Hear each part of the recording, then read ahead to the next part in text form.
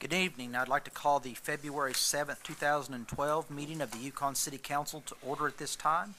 If you would rise for the invocation by Rick Opitz and remain standing for the flag salute, please. Lord, we just thank you for this day. We thank you for this time of fellowship together. But Lord, I just ask you to give these men wisdom, knowledge, and understanding so that they can make good decisions over our community. Lord, thank you for a free country that we live in. But Lord, thank you for this great, great city that we live in. And I thank you, Lord, that these men will have wisdom over the decisions that they make for future prosperity of this city. In Jesus' name, amen. Amen. I pledge allegiance to the flag of the United States of America and to the republic for which it stands, one nation, under God, indivisible, with liberty and justice for all.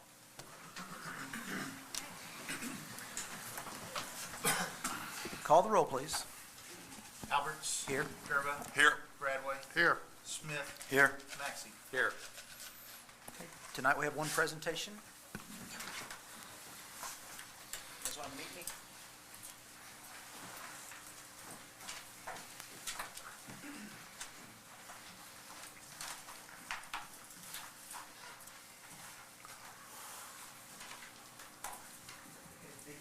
To begin, we'll read the proclamation, and then I'll ask you guys to introduce yourselves and explain about your program.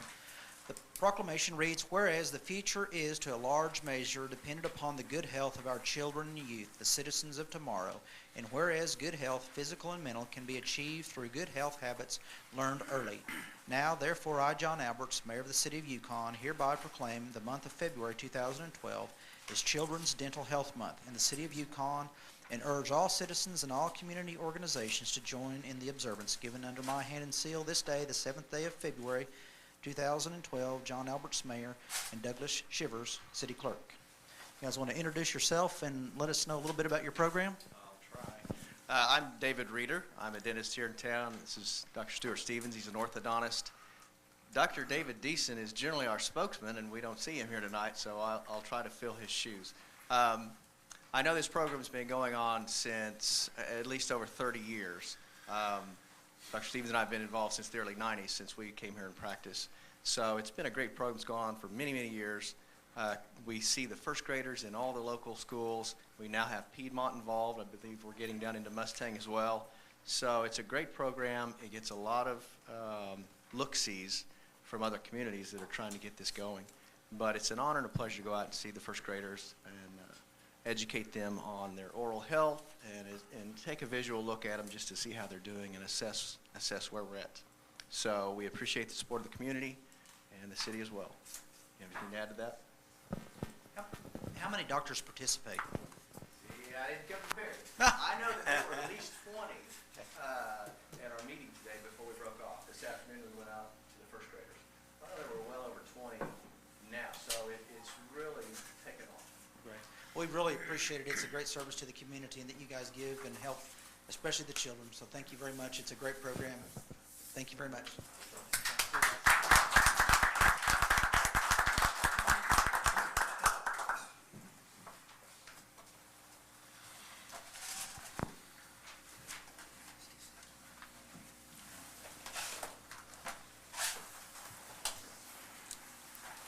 Any other presentations or proclamations?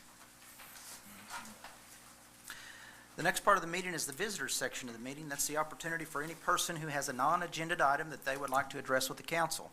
So if you'd come forward at this time and discuss with the council that item by giving your name and your address. Any visitors this evening?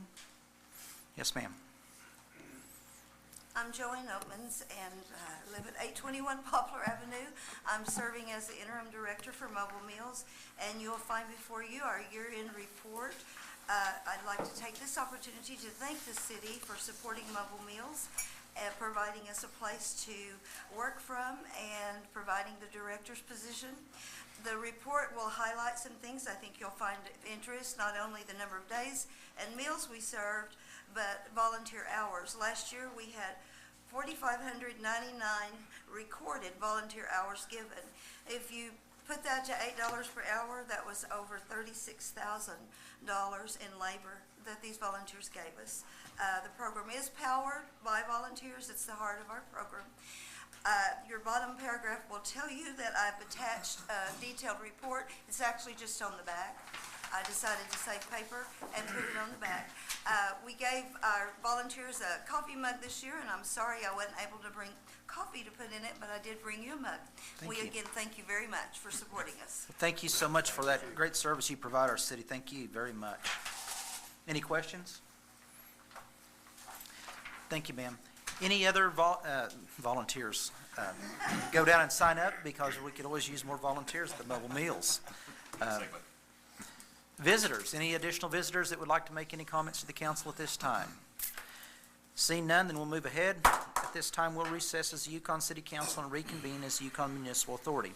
Item 1A on the YMA consent docket. This item is placed on the agenda so the Yukon Municipal Authority, by unanimous consent, can designate those routine items they wish to be approved by one motion. If an item does not meet with the approval of all authority members, that item will be heard in regular order. The city manager recommends a motion to approve A, the minutes of the regular meeting of January the 17th, 2012, and B, the payments of material claims in the amount of $192,814.45. Do I have a motion? I'd like to make a motion to approve that, but I'd like to exclude item A for additional discussion. Item A, Yes. I'll second that.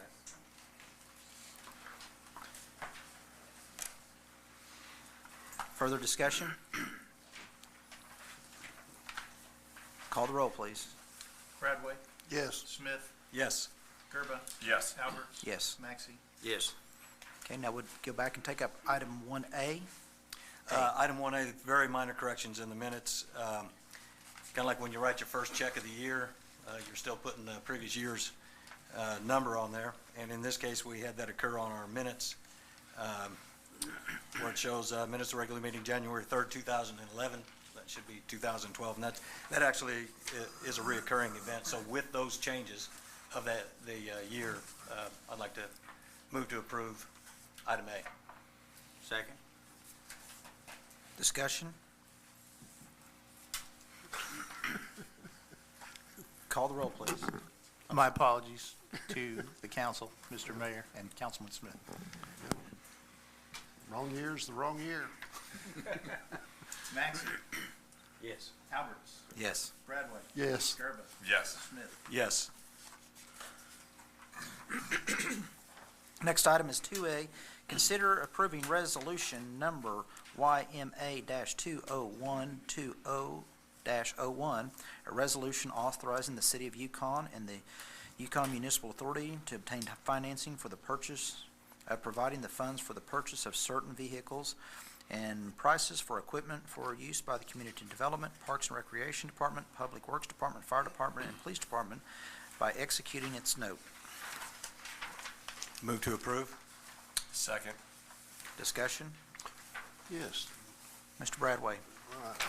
Thank you, Mayor. I was reading the paperwork back in 2A here. The purchase of the vehicles, now we're doing those all on state bid, state contract, that's not a problem. My question is, it's basically with one with the police department. What jumped off the page to me about this is that we're buying Chevrolets and we're buying Fords. Well, it says 2012 Chevrolet, Oklahoma bid price, $19,000. Right here. Is that what you're buying? Chevrolet or Fords?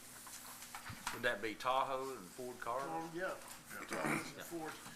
We seem to be looking at buying different types. Are we buying Fords? This is on a pickup, and Right, are we buying, what are we buying? Chevy Tahoes. Chevy Tahoes. Right. Okay, and then the rest of the police cars are gonna be Fords. When they come out with they just now are introducing their model for 2012. Okay. Ford is. They skipped this past year as a market model and are introducing their two new 2012 models. What we see, were for Chevy Tahoes. Now, this price you're looking at is actually for a pickup, Okay, but are you buying Chevrolets or are you buying, buying Chevrolets. you're buying Chevrolets? Yes. But you put the Fords in there as an exam, as a comparison? Mr. Bradway, help us, just, where are you reading from? Give us a point of reference so the rest of us can Back follow here in along. the back. That's what had me confused, John. Yeah. He doesn't, It's under 2A. If you look at the top, it says grand total for fire department at the very top of the page. Then below that, it says police department. Yeah. And then, well, I'm not talking about fire department right now. If you look under, No, that's just at the Hold top on, of and the page. point of, let's, Yeah. one at a time. Mr. Bradway? All right, we're looking at, I was looking at this, and it had, Parks and Recreation, that wasn't the problem, but I was just looking at the police vehicles, that we were looking at a half-ton regular cab pickup. Well, I looked at that, and I said, well, what's the police department gonna use a pickup for? Okay, hold on, let's, But, so what's okay. your question, and My let's, question is, are we buying Chevrolets, or are we buying Fords? Are we buying both? all right, Grayson, can you answer that, or do you want our Chief Corn, excuse me? if we're talking about the police department, we're gonna buy some of both. In the police department, we are proposing to buy a special duty 4x4 utility pickup that is a Chevrolet Silverado rather than the F-150, which didn't meet the bid specifications. And we're buying the Chevrolet Tahoe and then also a Suburban for a 4x4 utility vehicle for a command vehicle. Okay, but you have all these cars listed on here, That's to show that we got the bid price on all of them. okay? for comparison only, in other words. Comparative For purposes only. comparison, but it's, at this point in time when we're being asked to approve, it's confusing. You see what I'm saying? On which one we're actually buying. Well, in the information that I, unfortunately, in a black and white copy, I gave you a booklet 2 weeks ago that contained all of the information. In it, all of the ones that we are recommending were highlighted in yellow. Okay, I have to go back to my other information on that. Okay, there we go. So you have here the Silverado, you're gonna buy a Silverado. Suburban, it looks like Chevrolets. All in the police department. Okay.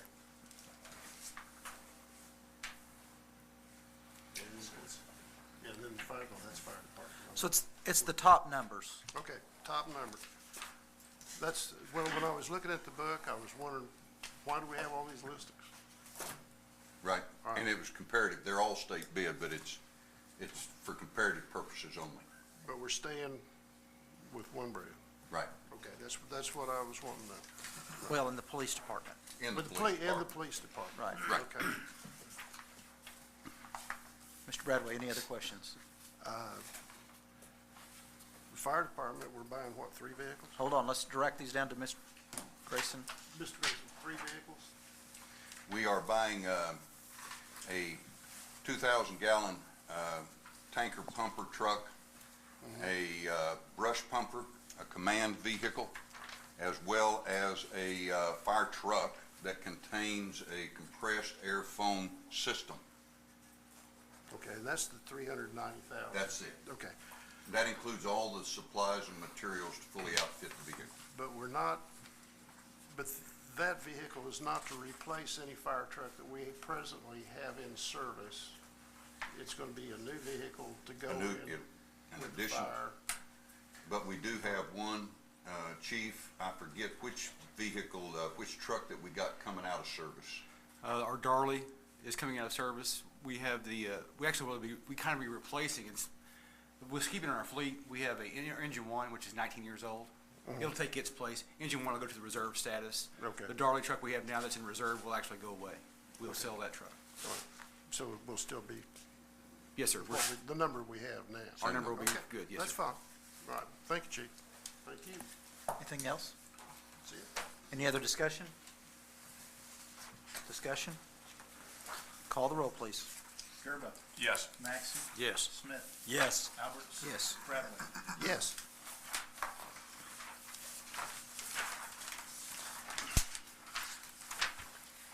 Item 3A, consider approving an expenditure of funds in amount not to exceed $31,331 for the purpose of technology-related items to be installed at the new Yukon Fire Station as recommended by the Technology Director, to be paid from the Yukon Municipal Authority Revenue Bonds Construction Fund, and waiving competitive bidding.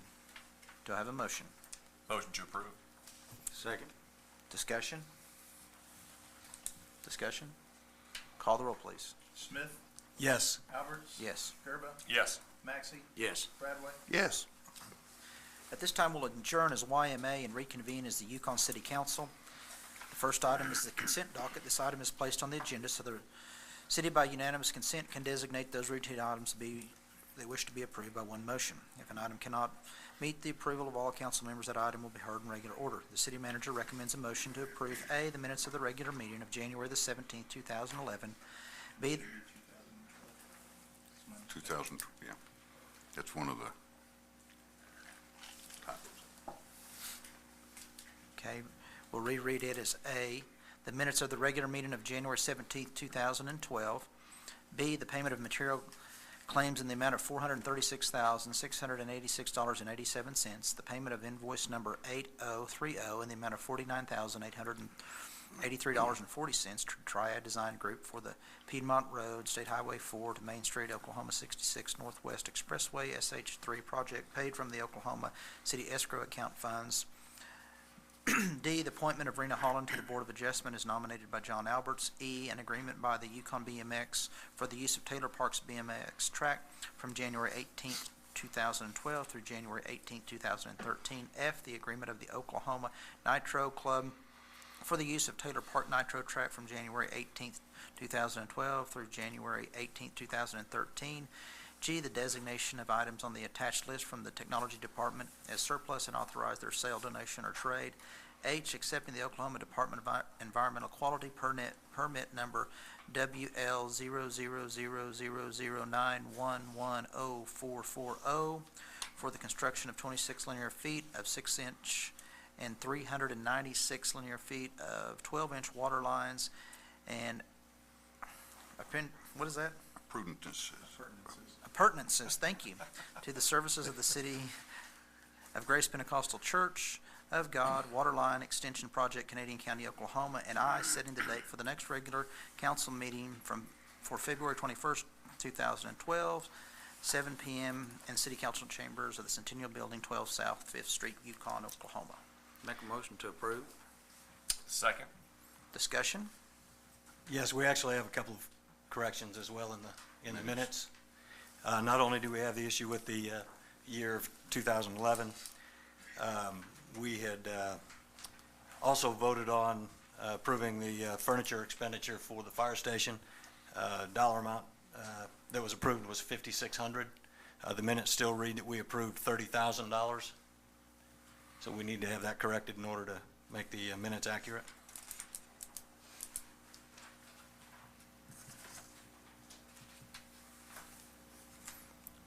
So, are you suggesting an amendment to the motion, or are you yeah, asking to pull that item? Well, no, if we can amend the motion, Who made the pending those motion? corrections, then that's sufficient for me. Yeah, I'll amend the motion. All right. I also have one additional question. Okay, let's finish amending the motion. Have we amended? Mr. Maxey's amended the motion. Is there a second? Second. Okay. Mr. Smith, sorry. That's all right. Items E and F, just a very quick question. I noticed that Jan is here for the use, BMX and the Nitro Club. Do our city parks close at 11 o'clock? Okay, that was my question, because I know that their time slots that they're requesting runs till midnight. So I wanted to make sure that was compliant with what our city ordinances are. That's all. Any other discussion? Call the roll, please. Alberts. Yes. Maxey, Yes. Bradway, Yes. Smith, Yes. Gerba. Yes. Next item is 2. That'd be the reports of boards, commissions, or city officials. Recycling Committee, Jeannie Vincent. The Honorable, excuse me, Miss Jeannie Thanks, Vincent. Guy. I appreciate it. There are 6 members of this committee, and I was going to very gladly introduce you to all of them. There are none of them here except me, so You get to listen to me. Carol Garner is our chairperson. Gary LaRue is the vice chair. He's in Sealing right now or driving back. Beverly Kofed's our treasurer, and she's working on a job for tomorrow. And I don't know where Rick Bullen and Dennis Behringer are, but I'm here. In 1993, a group of volunteers decided that Yukon needed a recycle program, and they put it together with one bin at the transfer station.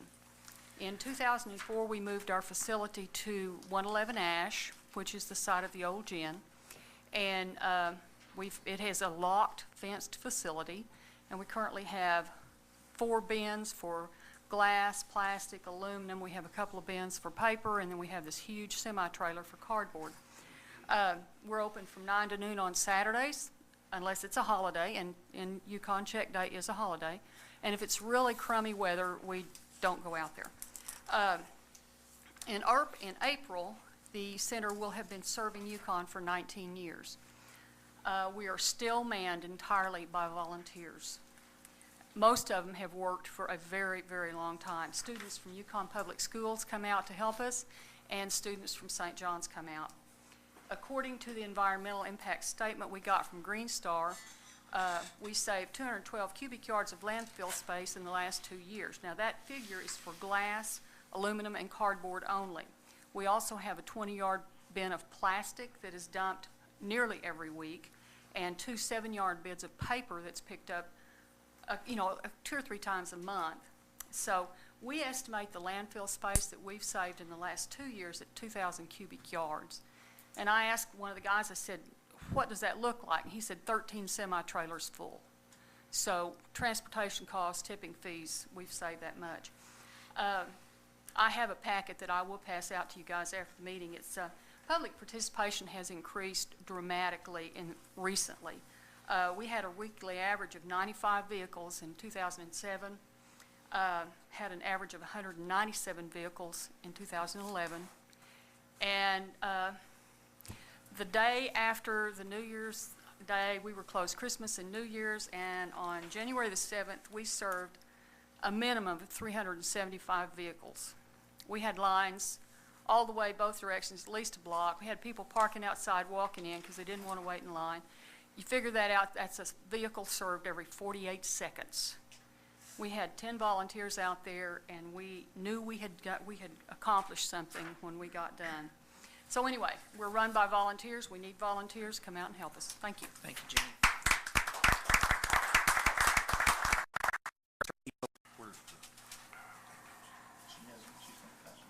You're going to give us a packet? I will after the meeting, so. Yes, ma'am. Thank you. We'll go ahead then. Item 3 is, any other reports? Nothing at this time. Okay.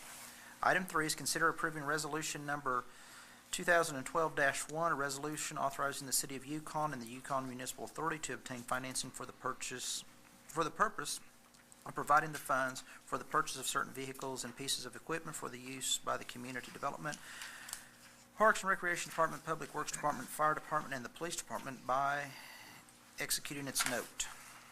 Do I have a motion? So moved. A second? Second. Discussion. Discussion. Call the roll, please. Bradway. Yes. Gerba. Yes. Smith. Yes. Alberts. Yes. Maxim. Yes.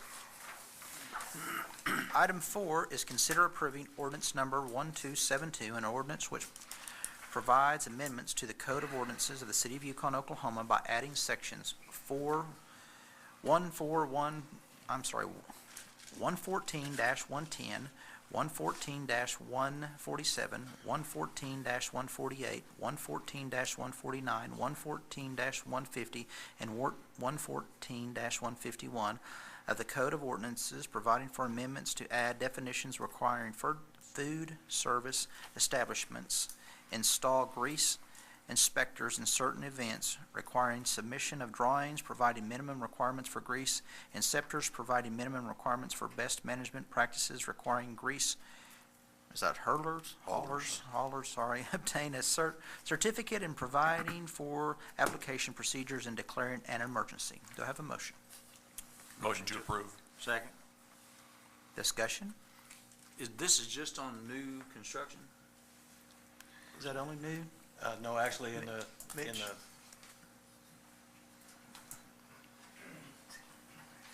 In any major remodel. This is actually designed for new and existing businesses that produce grease or capable of producing grease. It's something that we're actually required to implement by ODEQ. So it's one of those mandates that we have to put in place to protect our sanitary sewer system as well as our plant. And this is actually an ordinance that Matt has worked on, that he's been working on for several years, that we finally brought to you for a vote. I think he's being pressured to do that by DEQ. But if you've got specific questions, I'll try to answer them for you. What would be the cost of volunteer groups particularly doing this, Mitch? A volunteer group? Well, like churches. We just finished our groundhog dinner down at the Methodist Church. A lot of this is actually going to put what we call best management practices into play. For example, like pans that you'd be cooking stuff that would have oils or greases in, it recommends that you take a paper towel and wipe them down real good before you wash them. Don't put green beans or peas or dump the oils or waters off of things into the sewer system as well, or into the sink, because all those have an impact on the sewer system. Well, pretty much by the thousands of plates, those are put into 50-gallon garbage cans that are lined and then disposed of, I don't know where. I'm guessing Those are not what we're addressing. We're actually addressing what could be dumped into the sewer system, the sanitary sewer system. Very good. The sewer system that the city has to maintain and keep clean. Grease tends to ball up or coagulate into the system, and Bill's here, he can talk to you about that, but you'll get grease plugs 9 foot long, 10 foot long, that they have a hard time cleaning the sewer, or even getting a sewer cleaning machine through that. But that's really not what DEQ's concerned about. They're concerned about what we have to treat at the plant. Okay. So it will save us money in the long run, but it's more of a best management practice. It tells the restaurants to come up with a plan, tell us how you're going to do certain things, how you're going to dispose of those things, and keep them out of the sewer system, basically, is what this is trying to do. Okay, very good. Thank you. Go ahead. Is there also a vehicle for compliance inspections, or is there any piece of this that has to do with compliance? This is there is a compliance mechanism, but we're trying to do a 3-strike type deal and you're out. We're going to try to do it through making contacts with the restaurant, let them know our concerns, the issues that they would do to our system.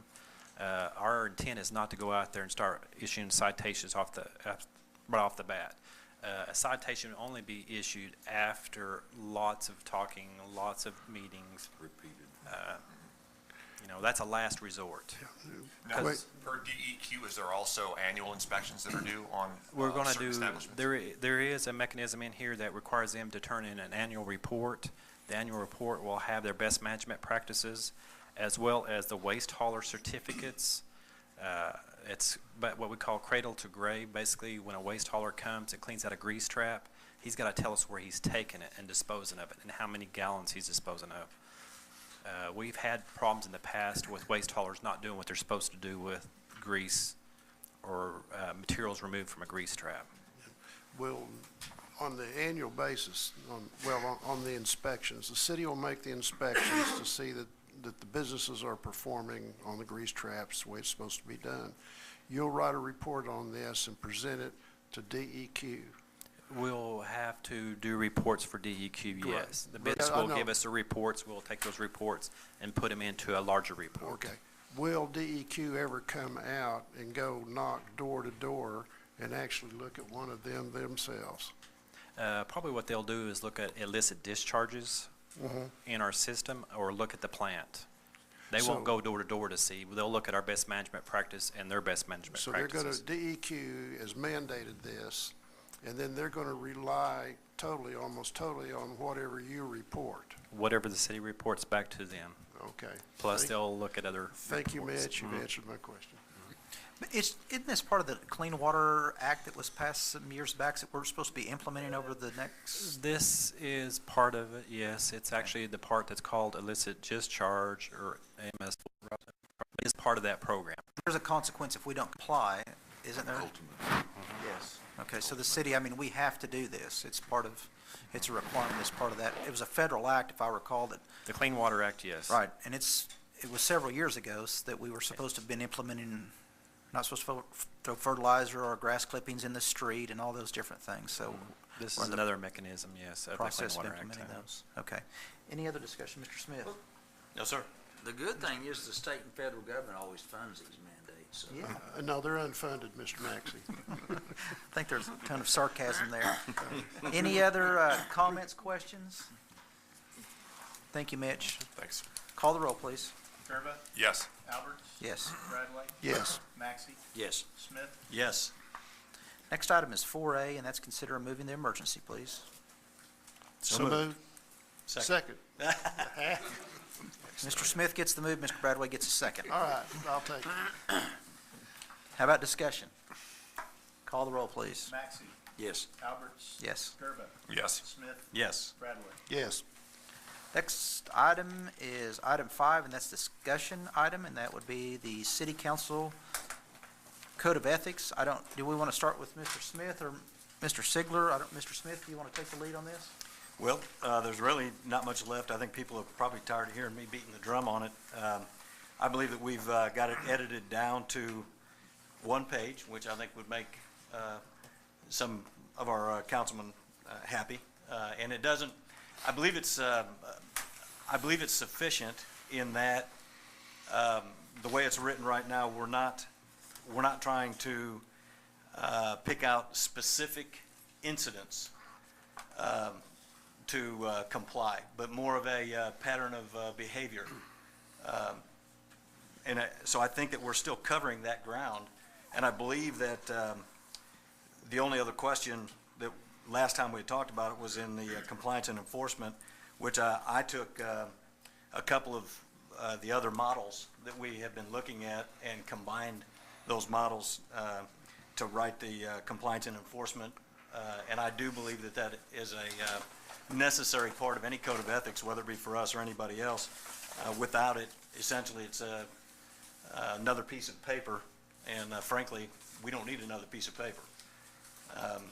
I believe this is something that every city councilman, based on the fact that you have to, you have some element of character, or you wouldn't be here. You wouldn't be at this podium, and I believe that this holds us to a little bit higher standard than just the citizen on the street, and I believe that we should be held to a higher standard than just the citizen on the street. We're the elected leaders of this community, and we should behave as such. I'm a firm believer that you lead by example, and if you do lead by example, it's much more likely that people will follow you in a positive way. So that being said, I like the way it's written, as long as that compliance and enforcement clause is there at the bottom. I'd like to see us have it on the agenda at our next meeting prior to our city council election that's coming up 1st of March. And if approved, I'd like to see us all, including the new councilman, be able to sign it with a smile and be very confident that we would all be able to comply with it. Any other discussion? Please. Yes, sir. I read both copies that we had, and Mr. Smith's right. It's one page, which is a whole lot better than multiple pages that nobody would read.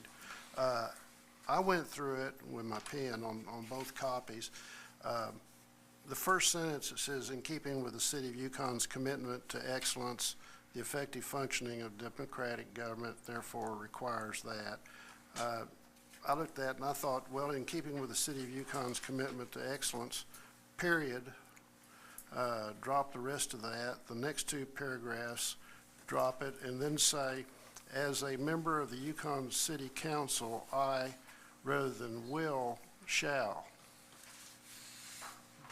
I'm just giving you all my thoughts on it. Recognize the worth of individual members and appreciate their individual talents, perspectives, and contributions. Maybe number that. Number 2, help create an atmosphere of respect and civility. 3, conduct my personal and public affairs with honesty and integrity. 4, respect the dignity and privacy of individuals and organizations. 5, focus on achieving constructive solutions. you know, my, number 6, my value my vote and vote with my constituents and in my conscience and mind. If I have a conflict of interest, I will abstain from voting. You know, define conflict. You know, I mean, not many of us are gonna have a conflict here on voting. I couldn't imagine what a conflict would be, Counselor. Conflicts of interest are broadly defined, and probably with the way the council's constituted right now, we're not going to run into many of them. Yeah. However, when you get private small business owners whose businesses are in the community, for example, the city entering into a contract with Smith Home Service for some kind of roofing or construction, that would certainly be a conflict of interest for Mr. Smith to vote on. But that would be from the, yeah, that would be from the get-go, you know. Could I add something, if you don't mind?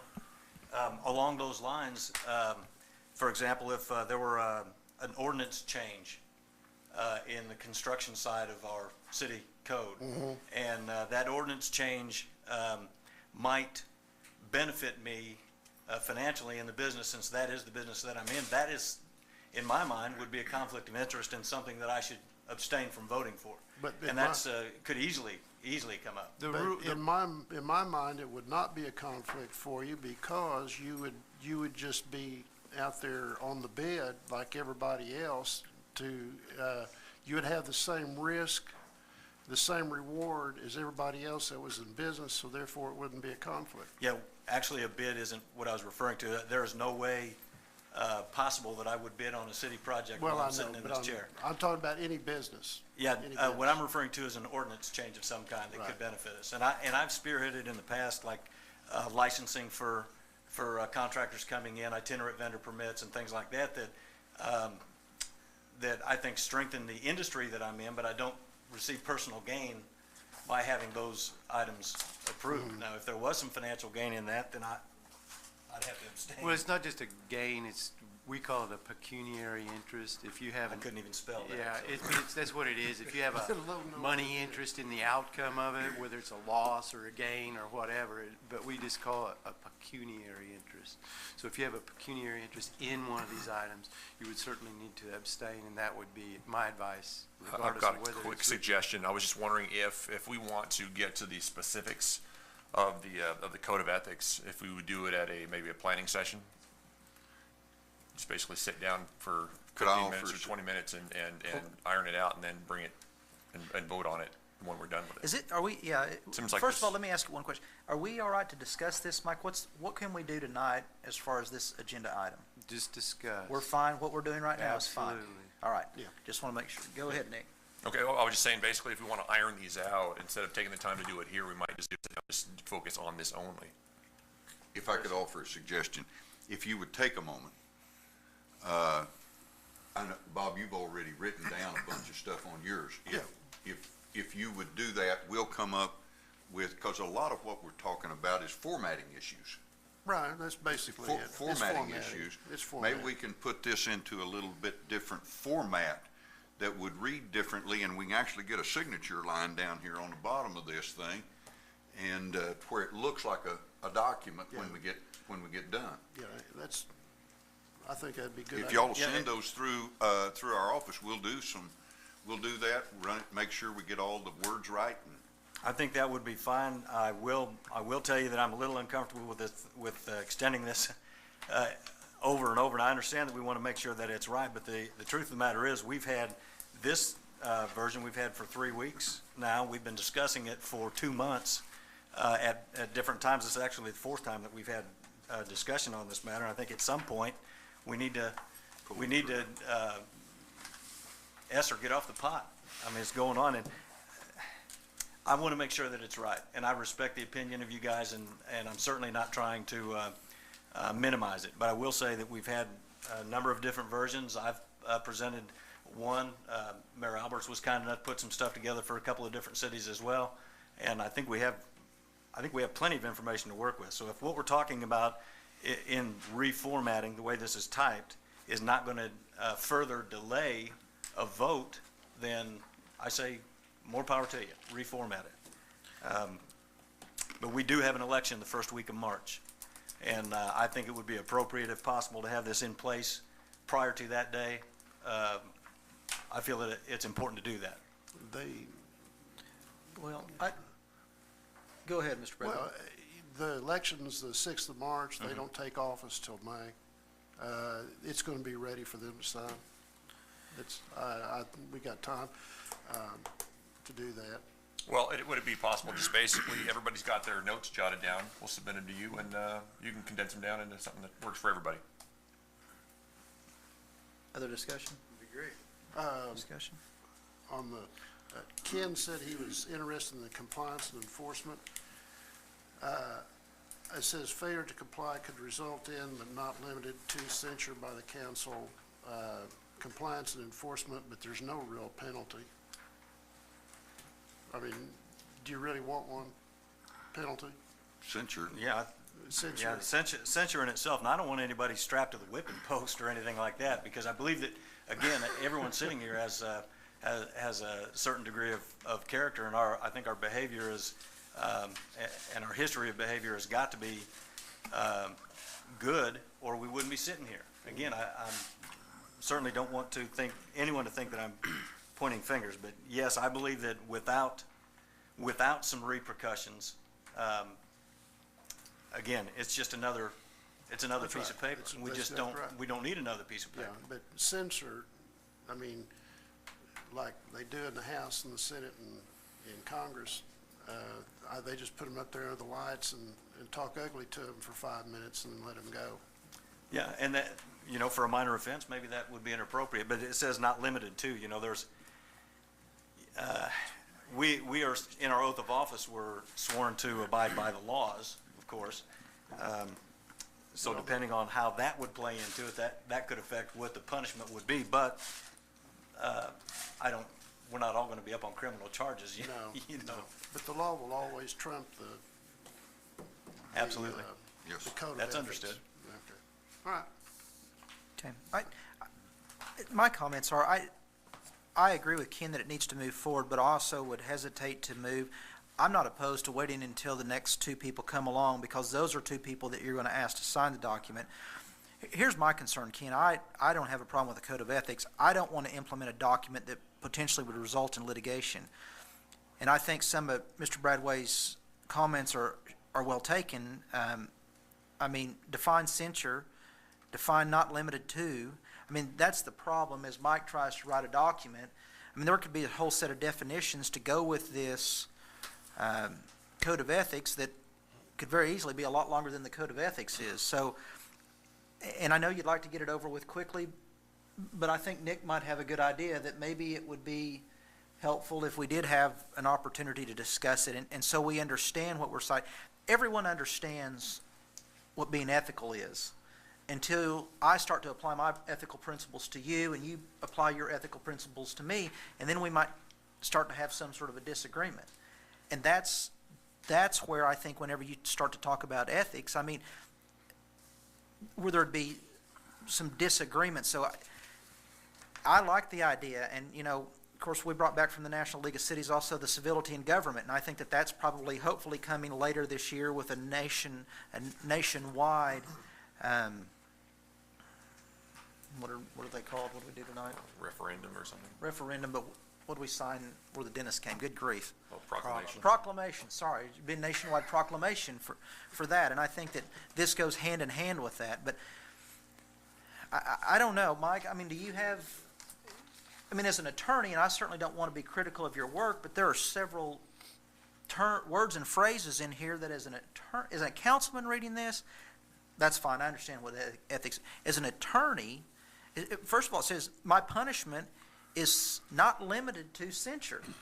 Well, what's the rest of my punishment? Well, that's not defined, and that's the problem. It's Yeah. ambiguous there, and so if the council were to attempt to censor one of its own members, and then the balance of or then the next time the council wanted to do something more drastic, what can they do? Well, they can't file a lawsuit. They can't create a private cause of action. The legislature and the courts are the only ones that can do that. They can't impose fines, there being a penalty, imposing penalties on each other. You really can't do it. It would be a letter of reprimand, some kind of censure, some kind of private letter of reprimand, and a public, you know, something done up here on the horseshoe. I don't know. I mean, here's my concern. The last thing that I want to do is to create a document that results in litigation. I mean, and I don't want to point any fingers around any communities, but there are some communities that are not far from us that have spent a considerable amount of time, effort, money, and energy arguing over what I think a lot of their citizens think are some pretty simple items. And again, this is something that I think that we all think is pretty simple, but if Nick thinks we need to talk about it, then I think that maybe we need to talk about it. How about this? Would it be possible for Mr. Smith to send via email, a copy of this? We'll edit as we feel is pertinent, and then send it back, and then we'll see how. It needs to come to me or to the city manager's office. I might add one thing also. I don't believe it's as ambiguous as no disrespect to our attorneys, but you make a living reading a lot into a little. But that's the problem. And I think that's what we're talking about here. Is the person that you try to censure, if they're mad enough, guess what they're going to do? They're going to go hire a lawyer. They have the right to do now, that, Mr. don't they? Sigler and he are going to end up having a discussion, and the tighter and the more of that we can eliminate now. Litigation, I'm a lawyer, but I am not a fan of litigation. And if anyone has worked against me, they would know that. And I know, but that's the thing that can poison this council, and it can poison this community. And the last thing that I want to do is us to try to do a good, and it's not what we mean today. I don't think that we'll have any problems with this in the immediate future. But after you're gone off this council, and after I'm gone off this council, then someone else here, a year, 2 years, 5 years, is left to interpret this. And I understand there's a trend in the United States, and I support you and your idea here, but I think we need to be aware of how this affects the future, and that's why I think that it's meaningful. And I mean, I'm not comparing this to the Constitution of the United States, but I mean, those people take a long time in trying to write this stuff, and when you say that it's specific. Could I just add something for you? And again, I know it's the attorney in you coming out. You use that phrase frequently. But you got to keep in mind, too, that this is not carved in stone as a permanent fixture. It's a living document that we, as a council, have the opportunity that if we see changes that are necessary in the future, that we can make those changes. We can make those changes, but we have to start somewhere. And this, I believe, in my heart of hearts, is a very good starting spot. Okay. Any other discussion? I agree, and maybe the possibility of just striking the, quote, punishment or punitive portion of it. That may be a way ahead if this is a sticking point. I think that would be killing the whole idea of what we're trying to achieve here. Because maybe that's what is creating that ambiguity that Mr. Sigler is talking about. Help us to understand, Mr. Sigler, what punishment can we impose? How is it mean? It's not. They censor me. I'll just walk out of here. Right. And then I'll come back the next meeting and preside again. Right. I mean, that's the problem. I mean, there's no teeth to it. Well, the teeth would come if the censure, I believe, is appropriate. Let me start by saying that. But the teeth would come if there were any legal ramifications. In what form would it be appropriate? And we have to, based on our oath of office, we don't want to overlap a whole lot, but this would fall back onto our oath of office, and we have some legal obligation to behave in a certain way based on that oath of office. So that's kind of what I think failure to comply could result in, but are not limited to. That's the are not limited to portion of it. That's why I don't believe it's that ambiguous. But one thing that doesn't say is censure by the council, and I don't know why it would be difficult, especially when, in a nutshell, we're looking at the way this is written, and we're not completely policing ourselves, but mostly policing ourselves based on this code of ethics, and that is what makes the censure appropriate. Well, one way that the teeth would be in this, John, is that if you have a written code of ethics, and then any member of the council violates the standard, whatever it is, and it's a public document, any individual citizen or candidate from public office can take that standard of ethics and bring it up to the voting public that this current sitting council member has violated his own standard of ethics, and therefore should vote for them rather than him or whoever, and be removed, and somebody that can live up to the standard be on the horseshoe. That would be one of the ways that you would have teeth. It's lengthy, but it would be one of the ways you'd have. Yeah, I 'Cause the first thing, after we produce it, ethics, you'll have people in town looking at it to see if you're ethical enough to run for reelection. So that's one of the things you're gonna have on that as far as teeth. Be political, but there it is. I know, just to add to that, John and I actually have had a conversation along these lines, and correct me if I'm wrong, but if I understood you correctly, your feeling was that, that's really who's going to punish you if you're unethical, are the voters in your ward that are going to decide whether or not to vote for you the next time. Yeah. So I don't disrespect that, I just don't believe that's, I mean, I have a problem with us sitting here in judgment of one another when it's the public who put us here, and if we don't pass their scrutiny, then we won't be reelected.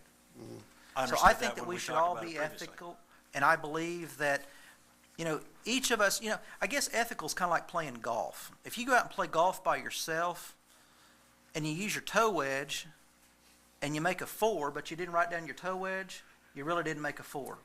So ethics to me is not what goes on while people are watching, but ethics is what goes on while people are not watching, and that's what makes you ethical. So I don't think that there's anyone on here that needs another document to tell us how to act ethically. Now, I respect your position, and I think that it is a trend that people are acting inappropriately at our public meetings, and I think that it's a trend through the National League of Cities to try to gain control over this. And I think that this is a move in the right direction. I just don't think that it's something that you can throw together and then scrutinize me as an attorney for saying, well, I don't, with all due respect, like I said before, Ken, it is an attorney, and I'm sorry that I mentioned that, but the amount of money that we spend on litigation in the city is important. I mean, we have an attorney that sits here because that's what's important, and I don't want to create a document that is going to put this city in a lawsuit. I want us to be ethical, absolutely.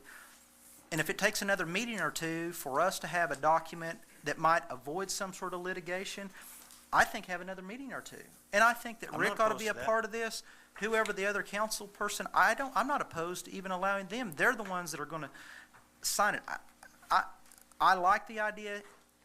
It's not a problem, but I don't think that we ought to rush into it, because I do think, with all due respect, that there are some things that are not clear in the way that it's written right now. Mr. Sigler, what are your thoughts on it? I mean, do you have any, what's your recommendation from staff? Is it prepared and ready to go? It's not prepared and ready to go. This is a rough draft, and that's why it was submitted to you guys in 2 separate forms.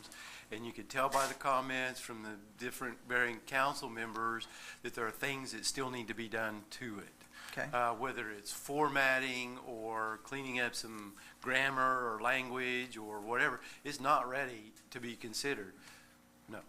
Okay. Do you have a recommendation about how we should proceed? Well, actually, it's not a legal recommendation. It's more advisory than, the advisability of it rather than the legality of it. And the advisability would be exactly what you said, is the new council members coming in have some sort of input on the final product. Because, you've got 40% of the council that's leaving. Yeah, and I do think that's a good idea, although that's part of what these open discussions are for. And although right now we just have we have 2 of our, one candidate and one future councilman that are sitting here, and this is a discussion opportunity for everybody here, not just for us. And Mr. Bradway made a very good point, although, my goal was, in fact, to try to have this ready prior to the election in March, but the reality is they're not going to be sworn in until the 1st of May. So we do have some additional time, obviously, to make sure that we're as accurate as we can be by that time. Yeah. That being said, and again, I mentioned it before, but we also need to keep in mind that this, whatever version that we put up for vote, is not necessarily the final version. I mean, 2, 3, 5 years down the road, there may be some kind of changes that are needed or desired, and we have the power and authority here on the council to make those changes as they come up. Sure. And what about 3 years down the road, if you have it, you get somebody elected, and they come on, they refuse to sign it? What are you gonna do? Might be a one-termer. I guess you find out what the community thinks about What it do you then. find out? What happens? It Yeah, really right. is. Any other discussion? You like it, a discussion? Well, my suggestion was just probably find some way to get, let's say, a referee. Everybody submit what they think would be the most appropriate version, and then at that point hash through it and go through it and find out what's going to be best for everyone. That falls back to our city manager's Yeah, let's turn it generous in. offer earlier to, for us Yeah. to submit, whatever, edit this language however we feel like, submit it to the city, and we can then have Yeah. Sounds good. rewritten to correct that grammar and so on that we're Let's do talking it. about. Perfect. Sounds like a plan. All right, item 6 is the next item on our agenda. It's the city manager's report, information only. The first is the update on the Cornwell Water Tower and the pump station. We informed all of our citizens that are affected by the turning on of the pump station at the Cornwell Water Tower that to be careful and to expect higher water pressures, to look for leaks. What we found was that we're the one that had the leak. There is a clay valve in the mechanism in the pump station that has malfunctioned. It is broken. It must be repaired. We are able to maintain the elevation of the water tower as it is, but we will be ordering a repair kit. If you notice a slight reduction in your water pressure at the house from what it has been over the last several weeks, that is because we have had a valve, a clay valve has broken, and we're going to repair that in short order. Finally, the second thing is the Main Street revitalization process. We had discussed earlier this year, or earlier this fiscal year, that we had been accepted by the University of Oklahoma School of Architecture, the Landscape Design Group, at a graduate level, multi-semester project to study and to provide impetus to the city for the revitalization of Main Street from Garth Brooks Boulevard primarily to Cornwell and then on to Yukon Parkway. Additionally, we will be looking at ways to better utilize our 5 major arteries of the Main Street from the Turnpike to the west, Yukon Parkway to the north to Main Street, Ranchwood, Cornwell, and Garth Brooks in a way that we hope when the study is complete and all of the planning process is done, will encourage people to come away from the interstate and come to the core of our city. We've got to not only do we have to provide opportunity on Main Street and an inviting environment on Main Street, but we got to get people to come and enjoy it. So we want to pull people in, and that's what we're going to get. We will be coming to you with a proposal for an expenditure of funds to accomplish this. We've hammered this out for several months. We've sought additional information from the other comprehensive university in the state, Oklahoma State University, and have decided that staff, in looking at this, that the University of Oklahoma scope of work was more broad and far-reaching. So we will be coming to you in the next few weeks as soon as the University of Oklahoma Research Department and legal staff gets us a proposal to us for your consideration. Final item that I have under my report, we were very honored last Friday night at the Chamber of Commerce banquet when, as one of the major awards for the evening, the City of Yukon received a award as the Large Business of the Year. Tammy tells me it's not the first time we've won, but it's been a lot of years since we've won it. And I can't tell you how proud I was to have received this. Mayor, we are very pleased that we are the staff and that y'all are the leaders of a great city, and thank you. Thank you. Thank you very much. That concludes my report. At this time, we'll take up item 7, that's new business. Any new business? None before the council. Item 8 is consider a motion to recess as the Yukon City Council and convene into executive session for the discussion of the employment of the city manager as provided under Title 25 OS 2003, Section 307B1. So move. Second. Call the roll. Bradley. Yes. Yes. Smith. Yes. Alberts. Yes. Maxey. Yes. You gonna come with us, Chris? I will.